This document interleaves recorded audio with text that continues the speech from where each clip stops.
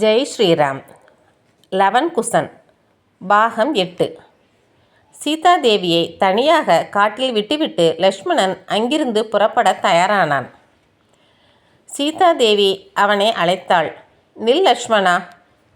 லக்ஷ்மணன் நிற்க, லக்ஷ்மணா, எனது சுவாமியிடம் கூறு, என்னை தனியாக காட்டில் விட்டுவிட்டதை பற்றி அவர் கவலை கொள்ள வேண்டாம்.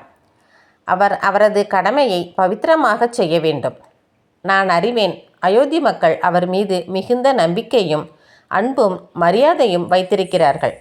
அவர்களுக்காகவே எனது சுவாமி என்னை துறந்துள்ளார். இது அவரது மனதில் வருத்தத்தை ஏற்படுத்தும் என்பதையும் நான் அறிவேன். என்னை பற்றி அவர் வருந்த வேண்டாம் என்று கூறு. அவர் எடுத்த முடிவிற்கு நான் சம்மதிக்கிறேன் என்று கூறு. அத்தைமார்களிடம் எனது வணக்கத்தை கூறு. அவர்களுக்கும் என்னை பற்றிய வருத்தம் இருக்கும். அவர்களிடமும் கவலை வேண்டாம் என்று கூறு லக்ஷ்மணா. இறுதியாக எனது கணவரின் முகத்தை கூட என்னால் காண இயலாமல் போய்விட்டதே.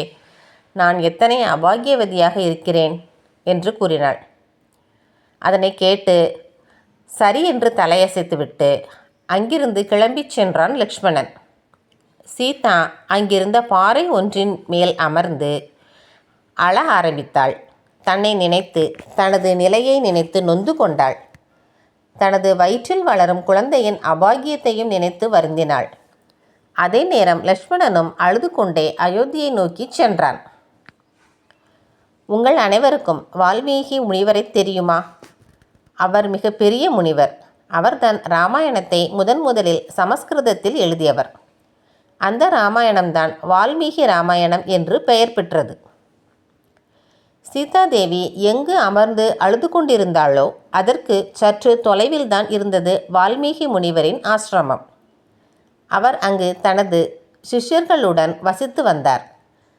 தவம் செய்தும் இறைவனுக்கு தொண்டு செய்தும் வாழ்ந்து வந்தார். அவரது சீடர்களில் சிலர் சீதாதேவி தனியாக காட்டில் அமர்ந்து அழுது கொண்டிருப்பதை பார்த்தனர். யார் இந்த பெண்மணி தனியாக இந்த பயங்கர வனத்தில் அழுது கொண்டிருக்கிறார் என்று தங்களுக்குள் வினவிக் கொண்டனர். உடனே அவர்களது குரு வால்மீகியிடம் சென்று கூறினர்.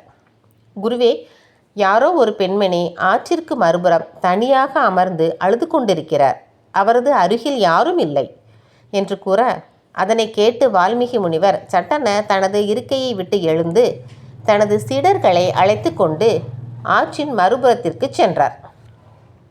அங்கு சீதாதேவி தனியாக அமர்ந்து அழுது கொண்டிருக்க அவள் அருகே சென்றார் வால்மீகி. மகளே, யாரம்மா நீ?